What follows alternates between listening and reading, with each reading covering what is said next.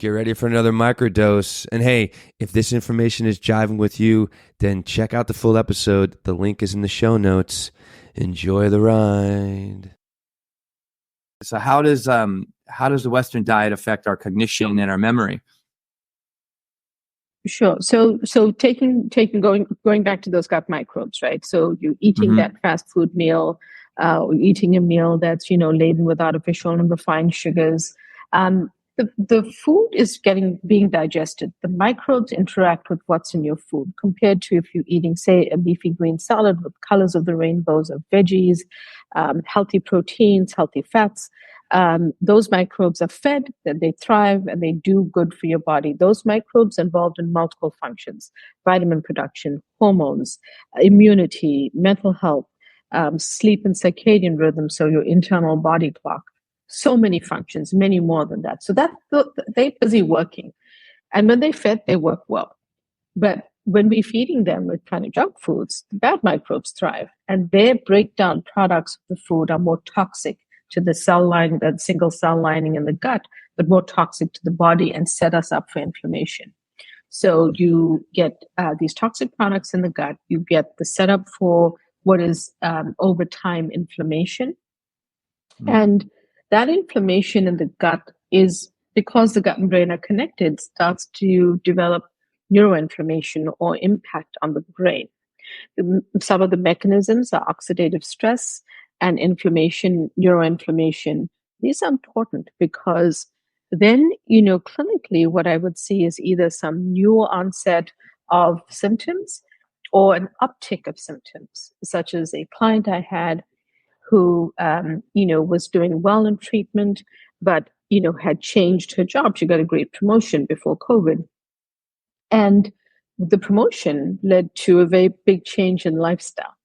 And she was on the road and flying in airports and traveling almost 4 or 5 days of the week, compared to eating at home, taking lunch to work, walking her dog, doing her yoga classes, exercising regularly, having maybe a glass of wine a week.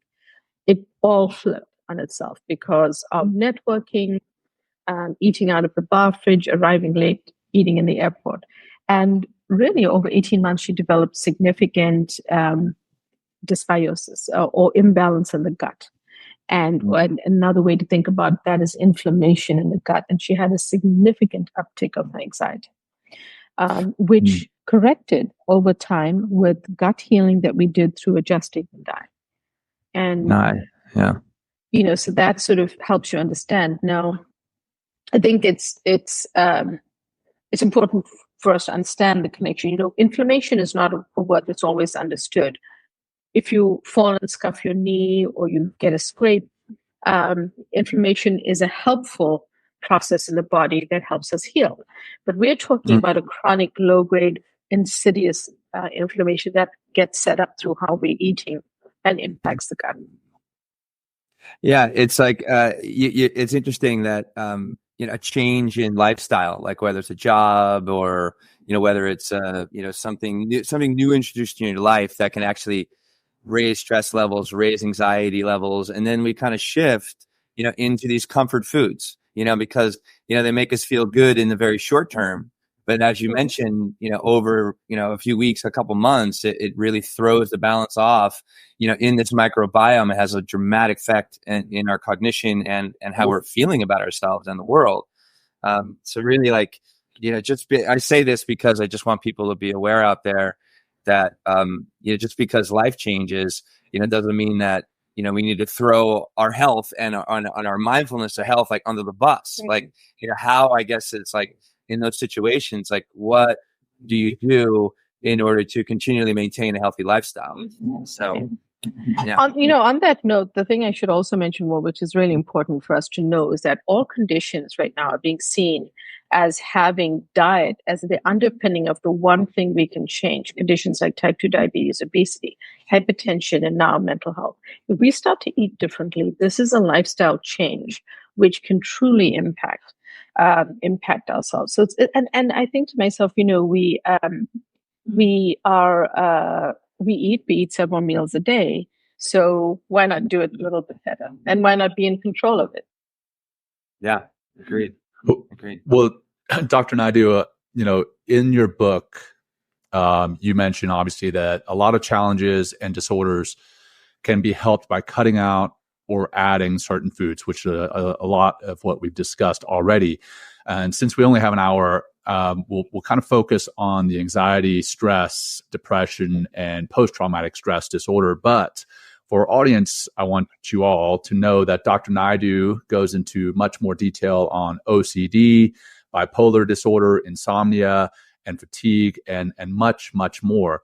But that said, again, let's talk about the anxiety. What foods should we specifically avoid or add in to keep our anxiety levels low?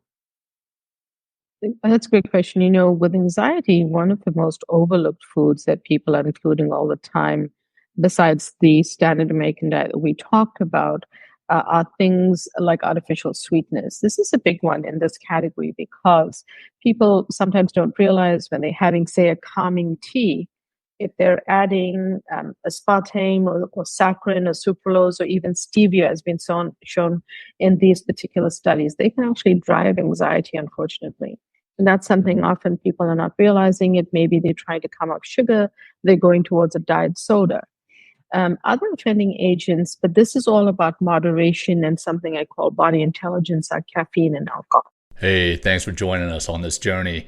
Small doses lead to big changes. If you're vibing with this snippet, then take a listen to the full episode by clicking the link in the show notes.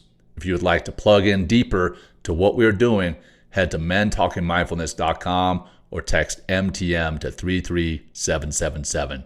Until next time, peace.